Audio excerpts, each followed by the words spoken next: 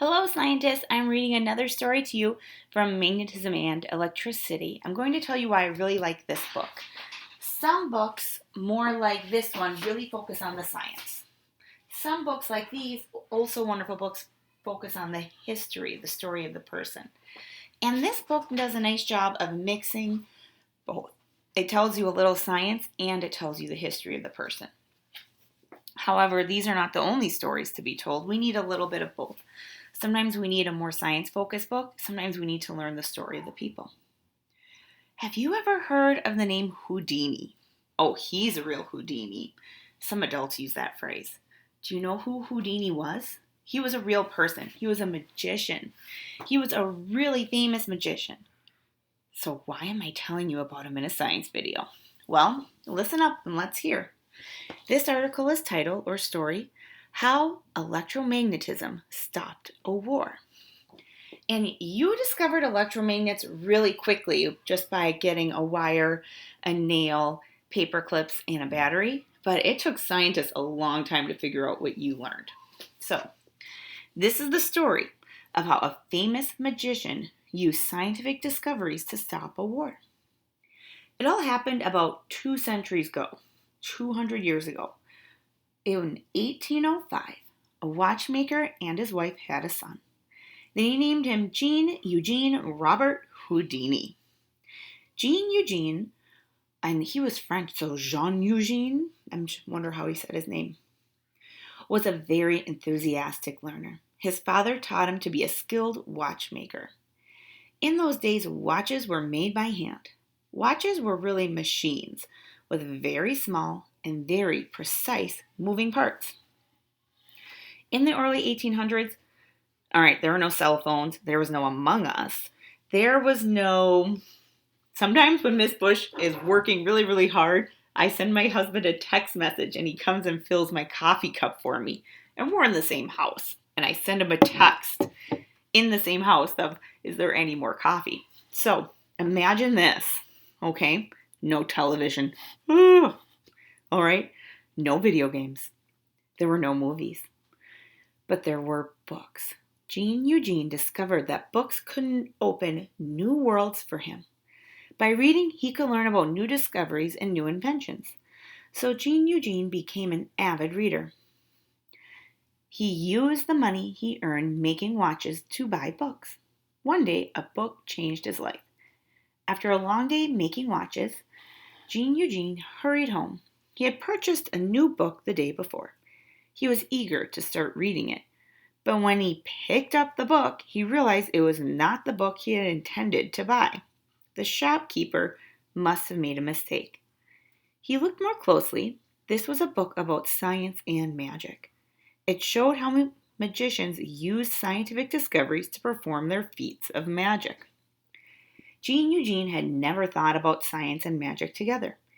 This was something new and exciting. The book contained many illustrations.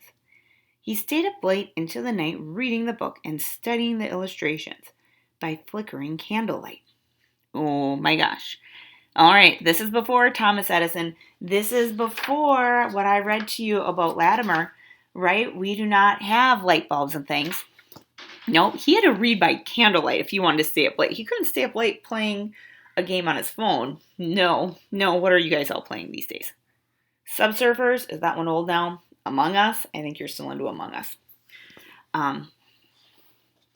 Miss Bush is boring. If I stay up late playing a game, it's like a crossword. Yeah, that's what I like.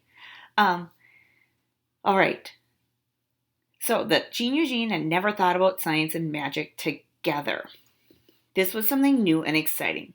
The book contained many illustrations. He stayed up late into the night, reading the book and studying the illustrations by flickering candlelight. That night, Jean Eugene decided to become a magician. Is that cool? Robert Houdini inspired Houdini. Jean Eugene Robert Houdini was such a great magician that he inspired others. A young magician named Erich Weiss changed his name to Harry Houdini in honor of Robert Houdini. The great Houdini became the most famous magician and escape artist of his time. So this article is not about the most famous Houdini. I've been saying the name wrong, silly Miss Bush. Why do I not notice this until I start recording a video? This is Houdin, not Houdini.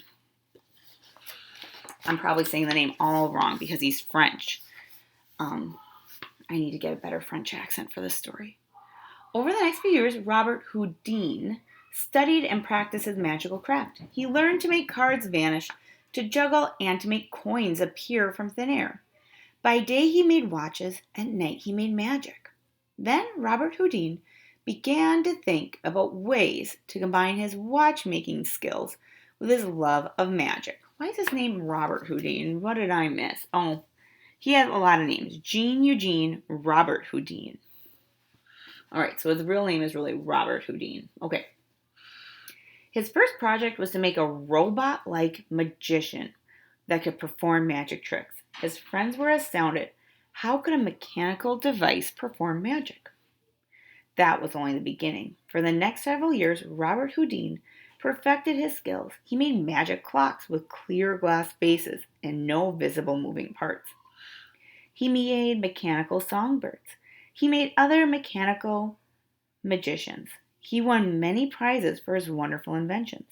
One day, Robert Houdin was asked to perform his magic for a French court. Oh yes, the king and queen. That was still a big thing. Oh no, I read the word wrong again. A French count.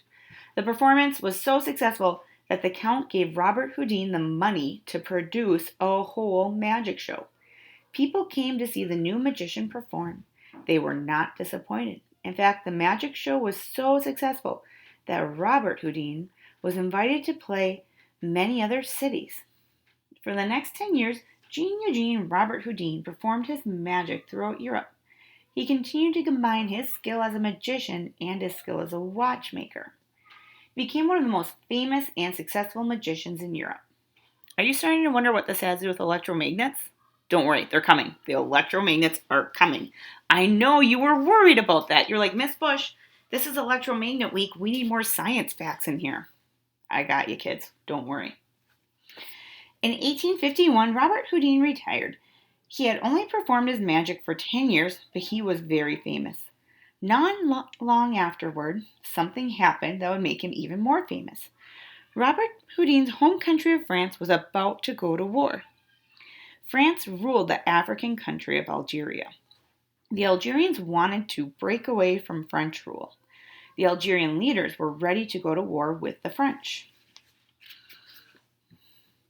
The French leaders knew something about the Algerians. They knew they were very impressed by feats of magic. One French leader had an idea. If Robert Houdin, do you want to see a little bit better, would perform his magic for the Algerians, they might be so impressed that it would stop the war. Robert Houdin agreed to try. Bum, bum, bum. All right. On October 28, 1856, he performed for the leaders of the Algerian desert tribes. For this performance, he needed a new trick. It had to be very special. It had to show the power of France. He turned to the power of science to create his special magic. What science will he use? Many years before, a scientist named Hans Christian Ørsted had made an important discovery. One day when he was giving a lecture about electricity to some students, he had noticed something. Whenever he turned on an electric switch, the nearby needle of a compass moved. That's the same discovery we made when we made our electromagnets, friends. Ørsted conducted many experiments to test what he had observed. He concluded that wires carrying current create a magnetic field. That was why the compass needle moved. It was attracted to the magnetic field around the wire. Not long afterward, William Sturgeon conducted another experiment. Sturgeon was a scientist like Hans Ørsted. He wrapped a wire into a coil. The wire looked like a spring. Then he made electricity flow through the coil. Finally, put a soft iron bar inside the wire coil. When electricity passed through the coil, the iron bar became a magnet. When the electricity stopped, the iron lost its magnetic power. With this information, Robert Houdin could make magnets that turned on and off. But that was not all. The strength of the magnets could be controlled by the strength of the electric currents. The trick Robert Houdin devised was very simple. He challenged the strongest Algerian to pick up a wooden box. The man easily lifted the box. Then the magician shouted, "Behold, I now make you weaker than any child." The man tried to lift the box again, but he could not move it. To prove his magic power, Robert Houdin invited a child to lift the box. To everyone's amazement, the child had no trouble. Then he had the man try it again. The box would not budge. The audience gasped. 4 days later, Robert Houdin was invited to the governor's palace. The Algerian leaders wore red robes. This was a symbol of their loyalty to France. If Robert Houdin's magic could make a man weak whenever he wished, the Algerian leaders feared all their soldiers would become too weak to fight. Robert Houdin's magnetic trick had stopped the war. So if you can see, he had a giant electromagnet underneath the box, and he just had a box made out of metal or metal inside the box. So he just needed a switch to turn that electromagnet on and off. Lots of questions to explore. I will be posting those for you on Schoology, but here are some questions for you.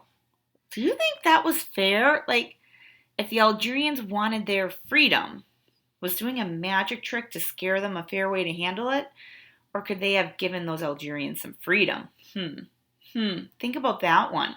I'm not sure I'm a fan of that story for that part. If people want freedom, I think we should give people a little freedom. People deserve a vote and a voice. What else can we think about?